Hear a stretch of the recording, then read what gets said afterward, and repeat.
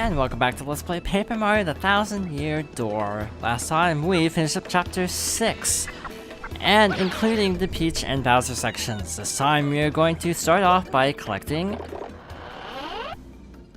the Ultra Hammer. I don't know why they don't just say the, because the Ultra Hammer, the Ultra Boots. It's me again, Toadette. Nice to see you again. Way to find the Ultra Hammer. Now your hammer will be even more powerful. And you can also use a new hammer technique. Let's practice it right away. It's just like Super Hammer, so no prob. Again, it's just like Super Hammer. So just do this and voila. It's just basically a powered up Super Hammer. Way to go, you got it. Wanna try again? Nope. Alright, you bastard, the Ultra Hammer. Using the Ultra Hammer, you can even break blocks made out of stuff like this. And you can use the Ultra Hammer in battle, too. This is kinda sad. This is the last time we'll get to see you, Mario. Definitely save Princess Peach, okay? And be careful on your quest, okay? Poor Toadette. So with the Ultra Hammer, we now have full access to every area. Well, except for the last area, but that's not the point. We are going to make our way down to the Thousand Year Door, as you might expect. But we're gonna make a few detours, because we actually have our full range of abilities now. So we might as well actually do some diversions. So let's get that chest finally, because we finally have the super jump. Plus, there's this thing that we've never actually done, despite passing by it in Chapter 5. And this goes to a Shining Sprite. Okay. Can I make this jump? The answer is no. Not surprised, but a little bit disappointed nonetheless. Also, if you're wondering, yes, I'm procrastinating, because Chapter 7, the start of Chapter 7 is my least favorite part of the entire game. Not just like, oh wow, it's like, oh, my least favorite part of like this chapter, but it's like my least favorite part of the entire game, because it's a little fetch quest that goes in a loop. It's not even a good kind of fetch quest, but in this fetch quest, you literally end off at the same point you start. And it is obnoxious as all heck. So I'm gonna put off Chapter 7 as long as I can, because reasons. Besides, this is basically 100% anyway, so we might as well go and just show all of the stuff we can do, now that we have the ability to do so. I will not be getting the Glitzville or Boggly Woods star pieces until partway through Chapter 7, and we won't actually be doing any of the troubles until we actually start Chapter 7. The reason being, we have a lot of backtracking in Chapter 7 to get through, so it's just more efficient to do the troubles as we go along, which is unusual. Basically, there's a section in Chapter 7 that requires you to basically revisit every area of the game over again. So we might as well just save the troubles and star pieces for then. But we can get the Rogueport sewers ones now. Climbing along the ceiling, drop, and go. So over here is okay, the little town section. We never really got anything there. We never even looked at it, to be honest, so let's actually investigate this section. First up, that's Dazzle. We already went over him. We got the star piece behind the pillar, so that solves one problem. We can get on that roof, but it takes a little bit of doing. Is there a star piece over here? Yes, there is. There is also a star piece on the other side of town, behind this pillar. If we haven't already picked it up. We must have already picked it up. Okay. Foresight. Okay, so up here we actually have a little shopping district, which is pretty cozy. This is a bar. not exactly the most reputable source, it looks like. This guy will give you advice, this guy will not give you good advice. I'm not gonna worry about that because I already know what I'm doing for the most part. Here is the best item shop in the entire game, but boy will it cost you. You need a lot of money, to say the least. So yeah, that's a lot to spend, but if you really need ultra shrooms and the like, this is where you want to be. Over here, we actually have a shine sprite, which you need the spring jump to actually get. So, with that taken care of, we're actually gonna go back to where we were, because there's still more we can actually get over here. It's just faster to get the ones on the side first. I mean, in the city part first. I thought I missed one, but I guess not. So we are approaching. Oh, okay, that was close. Oh wait. First, we don't want to actually go that way. We want to go this way because we can actually break this block now. I teased this a long time ago, but there's actually a famous skip here.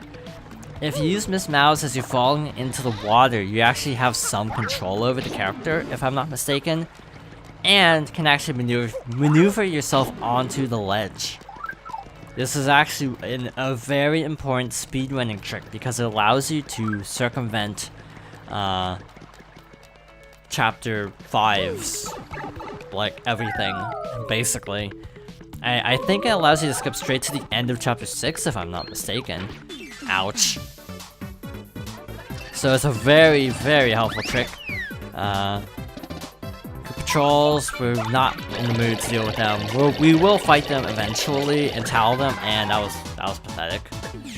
That's the problem with this game. Running is kind of RNG, so it's kind of out of your control. I mean, in all RPGs it's RNG, to be honest, but it feels like they give you a false sense of that's not RNG, but it actually is, kind of. Star piece here, and the craziest one is there's actually one right by the 1,000-year door, of all things. But that's not the next one. We want to get this one first. Okay. Up here in the room with the demon chest is actually another star piece. Yeah, I'm using a guide, by the way, because I would not know this otherwise. Yeah, I mean, I know a lot about this game, I don't know everything. Again, like the thing with Goose in the Trouble Center, I had no clue that he was there until I read it somewhere. Then I tried it and it worked. Where the heck is this thing? Where is it? Also, the Ultra Hammer cannot flip over tiles. I think I said that earlier, but just to reiterate, you actually have the ground pound in this particular game. In general, the Ultra Hammer is considered kind of nerfed because of losing out on certain little gimmicks like that. Also because the blocks are metal in Paper Mario and they look like stone in this game. So there's speculation that the hammer is actually worse. Another advantage of taking out that block, I forgot to mention that that pipe goes to Keelhaul Key and that pipe over there goes to Poshley Heights. So we have access to the entire world now pretty easily. So that's cool.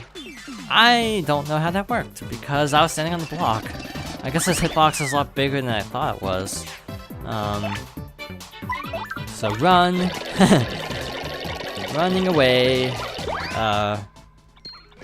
Over here, we actually have a hidden area that we couldn't actually do anything with until we got the Ultra Hammer and Spin Jump. Not the Ultra Hammer, just the Spring Jump. Actually, the Ultra Hammer comes in handy because there's like a mini-boss, but it's not required to reach the area. That's how I should be saying it. Okay, over here. let's see. Sailing all the way to the left, you actually get to this room. Not this room, that's not what I meant. There's another room. Wow, this is taking a while. We should be getting there soon. Yes, here we are. That is a lot of enemies, but luckily they suck. Yeah, they kinda suck. Koops is gonna be your man for this, or your Koopa for this section, because he does 3 damage minimum, and these guys have 3 HP, so a regular shell will take him out. Here I don't even actually have to do a fully charged hammer, I don't think, because that does 3 by default, so yeah. We are gonna fight all these guys because it's really actually very difficult to do this next part without taking these guys down. Also, they can't go on the boat panel. Just a little fun observation. But yeah, you have to actually spring jump up to that, so good luck trying to do that without taking out all the Spanias first. I might try it, actually. You kind of bait them, and no. That doesn't look like it's doable at all, so don't even try. That, don't even need to charge it up. And then, Power Shell. And then just rinse and repeat, basically. Yeah. I like how the M is still an M. It doesn't actually change to an, L for Luigi. Yeah, that's one nice thing about, Zap Tap. Also, we are losing audience because of all this running and first striking. That's not a big issue because we don't have any major encounters coming up until, like, the end of Chapter 7. So, we don't have to worry about that. Just on principle, those guys left. Even though we actually didn't even get hit that time. Yeah, this is just mostly tedious because, well, just look at this. These guys go down 1 hit, basically. But at least it's not time consuming. Oh yeah, we're down to the 60s now. Okay. Almost. Wow, that guy didn't even get a chance to throw that rock. Because of how fast that battle was. That should be the second to last one. Oh, that was the very last one. Cool, cool. Okay. No block, so we actually have to spring jump. That's why I didn't want to do this until this chapter. If you were wondering why I've been putting this off for a long time. Actually spin there, so just save yourself some trouble. This is the Ultra Hammer action command. It's kind of difficult, actually. It's not the easiest thing in the world. Okay, here we go. That's a Spunya. Its body is made up of springy discs. Wow, that's actually kind of tanky. So basically, it's exactly like a regular Spunya. Regular Spinia. It just looks different and has very high defense. So if you can super guard the regular Spinias, you should have no problem with this one. Also, Zap Tap's a viable option since they always attack the party member in front. Just a little fun fact. So we actually need Yoshi here, if I'm not mistaken.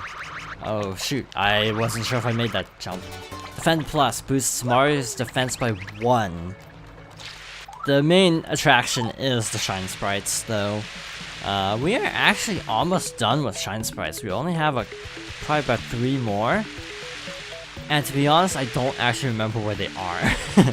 I legitimately cannot remember where the last Shine Sprites are. I might talk to Merlovely, see if she can point me in the right direction and get them up. Talk to Merlovely off screen and see if I can find them. There's apparently, I think, 1 more star piece that we haven't actually gotten in Rogueport sewers. And then we can actually go about our business. We can't actually... No, we won't have time for that. Never mind. I was gonna say we might be able to squeeze in the Thousand Year Door, but this cutscene is a little bit long because, well... Yeah, we kind of don't have a way to the moon, and they just have to spend a long time talking about it. Up here, back where we were, in this corner is another star piece, and as far as I'm aware, the last star piece in the sewers that we hadn't collected. So, let's tally these guys. We have time. Since we don't have time to really do the 1,000-year door, we might as well just tally these guys. Just for fun. Oh shoot, I'm stupid. It just occurred to me, like, oh yeah, we've already tallied these guys. We saw them in, like, chapter 3. Also, we can one-shot them now, so that's nice. Yeah, one-shotting is a very good feeling in RPG. And they still give good star points because these guys are so late game. Mr. Minis, like, shrink enemies and lower attack. I don't ever use them. That's not how I play RPGs. I tend to play very offensively, not very defensively. Also, look at this, now that we have the Ultra Boots. Yeah, totally wrecked that Koopa. What am I doing? Also, that's another little exploit. If you do an action command as you're actually throwing it, it negates it. Max HP 6, attack 4, defense 2. The worst part is they can call reinforcements. What do you think Bowser's doing right now anyway? Eating?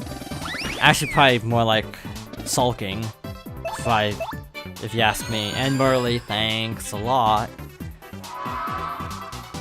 I got good luck with Merly in Paper Mario. Not so much with this game, because I've only seen the double experience thing, like, twice. Which is very unusual, by the way. We will probably have to refresh the curse before too long. Also, something that we haven't done yet is with the spring jump we can now get over here. There's a blue pipe, which is not something you see every day. Sadly, we can't actually really do anything with it. They don't let you go sequence break over there. That I do remember. I think the pipe rejects you like Twilight Town until you basically do a certain loading trigger thing. Basically, a trigger in like a game is something like an event that basically causes another event to load, sort of. I think. I'm not a programmer, so I'm just, I don't know what I'm saying anymore. That's just my understanding. That's basically like, oh hey, you walked to this spot, and that triggers an event, so that's a load trigger. Maybe I'm oversimplifying things, but who knows. You saw red, green, and white before, so, yeah.